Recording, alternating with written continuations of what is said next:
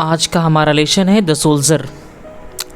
Soldier का मतलब होता है सिपाही, योद्धा, सैनिक जो अपने देश के प्रति न्यौछावर होने के लिए सदैव तत्पर होता है। सोल्जर जो हमें सुरक्षित और हमारे देश को सुरक्षित बनाता है। तब हम चैन की सांस ले पाते हैं। वह मेहनत करते हैं, वो दिन और रात की चिंता न करते हुए हमारे सरहदों पे ड्यूटी करते हैं। तब हम अपने आप को महफूज समझते हैं। आमतौर पर जो आम जनता अपने लोगों से प्यार करती है, यहाँ तक कि अपनी पत्नी से प्यार करती है, एक सोल्जर उससे भी बढ़कर अपनी मातृभूमि से, अपनी सरजमी से मोहब्बत करता है। क्योंकि इंसान इंसान को तो छोड़ सकता है, लेकिन एक सोल्जर जो है अपनी मातृभूमि को, अपने सरजमी को कभी नहीं छोड़ सकता है। यानी सोल्जर को इस प्रकार से और इस तरह से ट्रेन किया जाता है कि उनके रग रग में देशभक्ति की भावना भर जाती है। यह सोल्जर लेसन है जिसमें पैट्रियोटिज्म की बात की गई है और यह एक वार पोयम है, यह एक युद्ध की कविता है। आगे हम बात करते हैं एक सोल्जर जो होता है, एक सैनिक जो होता है, उसका ना कोई मजहब होता है, ना कोई धर्म होता है, ना कोई जात होता है। एक सैनिक का अगर कुछ होता है तो उसका देश होता है, उसकी मातृभूमि होती है, और एक सैनिक बस अपने देश का होता है। तो ये जो सोल्जर, ये जो कविता है, एक वार पोयम है, एक युद्ध की if I should die think only this of me. कवि इस कविता की शुरुआत बेहद ही खूबसूरत अंदाज में करते हैं। वो बताते हैं एक सोल्जर के रूप में, और दरअसल यह कविता के माध्यम से वो अपने देशवासियों में अपनी मातृभूमि के प्रति और देशभक्ति की भावना भर देना चाहते हैं। इसलिए वो कहते हैं कि इफ़ आई शुड डाई, यदि मेरी मौत हो जाती है, यदि मैं मृत्यु को प्राप्त कर लेता हूँ, think only this of me, तो मेरे बारे में बस इतना ही सोचना, that there is some corner of a foreign field that is for ever England. यानी किसी विदेशी सरजमी पे अगर लड़ते लड़ते मेरी मृत्यु हो जाती है, तो मेरे बारे में बस इतना ही सोचना कि उस विदेशी सरजमी पे, उस गैर मुल्क में, वो 2 गज ज़मीं के टुकड़े में जहाँ मुझे दफन किया जाएगा, वो ज़मीं का टुकड़ा जो है वो हमेशा हमेशा के लिए इंग्लैंड का हो जाएगा। ऐसा कवि इसलिए कह रहे हैं क्योंकि वो जो डेड बॉडी है, उस डेड बॉडी को इंग्लैंड ने बनाया है। एक इंसान की तुलना यहाँ मिट्टी से की गई है, और ऐसे भी कहा जाता है कि एक इंसान मिट्टी का बना होता है और अंत में मिट्टी में ही मिल जाता है। तो जब वो मिट्टी में मिल जाएगा तो वो जो मिट्टी होगा वो हमेशा हमेशा के लिए इंग्लैंड का होगा, क्योंकि उस मिट्टी को इंग्लैंड ने बनाया है। आगे फिर कहते हैं कि there shall be in that rich earth, जहाँ दफनाया जाएगा वो जो ज़मीन होगा वो काफ़ी समृद्ध होगा, ए रिचर डस्ट कॉन्सिल्ड, और उस समृद्ध धरती में उस पार्थिव शरीर को दफनाया जाएगा। लेकिन वो पार्थिव शरीर, वो जो डस्ट, वो जो धूल, वो जो ज़मीन होगा, वो जो मिट्टी होगा, वो उस मिट्टी से भी ज़्यादा समृद्ध होगा। यहाँ पे डस्ट कहने का मतलब है dead body of a soldier, यानी उस सैनिक का डेड बॉडी, पार्थिव शरीर, हम उस मिट्टी की बात कर रहे हैं। तो वो जो मिट्टी होगा उस मिट्टी से भी ज़्यादा समृद्ध हो जाएगा। आगे फिर कहते हैं ए डस्ट हुम इंग्लैंड बोर, हम उस मिट्टी की बात कर रहे हैं, उस पार्थिव शरीर की बात कर रहे हैं जिसको इंग्लैंड ने जन्म दिया, शेप्ड जिसको शक्ल दिया, मेड अवेयर जागरूक बनाया, give once her flowers to love, उसको फूल दिए स्नेह को समझने के लिए, हर वेज टू रोम, उसको रास्ते दिए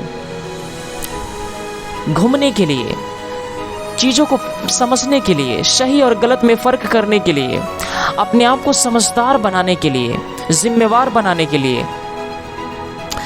ए बॉडी ऑफ इंग्लैंड्स, ये वो शरीर है जो पूरी तरह से इंग्लैंड का है, ब्रीथिंग इंग्लिश एयर, और वो डेड बॉडी, उस बॉडी की अगर हम बात करें तो वो पूरी तरह से इंग्लैंड की हवा में सांस लिया है।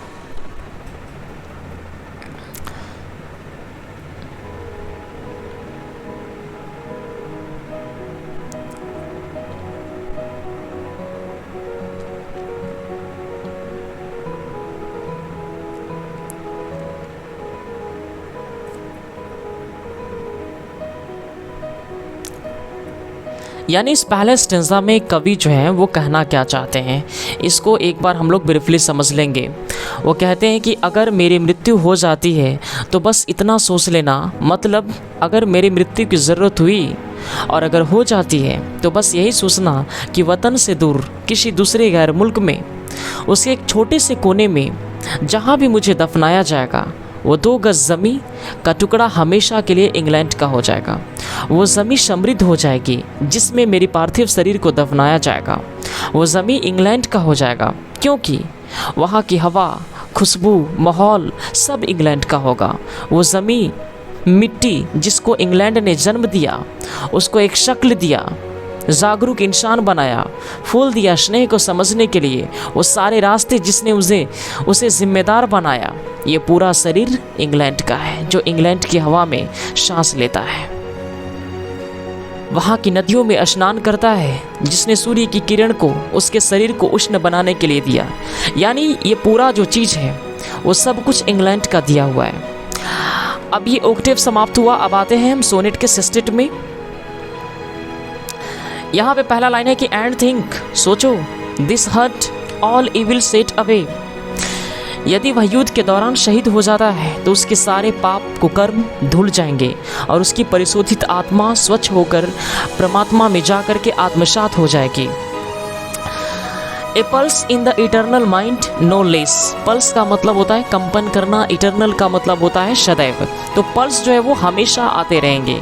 यानी कहने का मतलब है कि उससे जुड़ी जो भी बातें होंगी वो हमेशा लोगों के दिमाग में आते रहेंगे, वो कभी कम नहीं होगा। Gives somewhere back by the thoughts of England given. जो पीछे जाने पर ऐसा मालूम पड़ता है कि सच में इंग्लैंड ने उसे सब कुछ प्रदान किया था। Her sights and sounds dreams happy as her day and laughter learnt of friends and gentleness in hearts at peace under an English haven.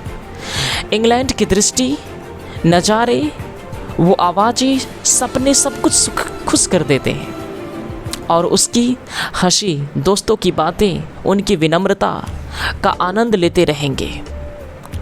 अंत में ये सैनिक जो है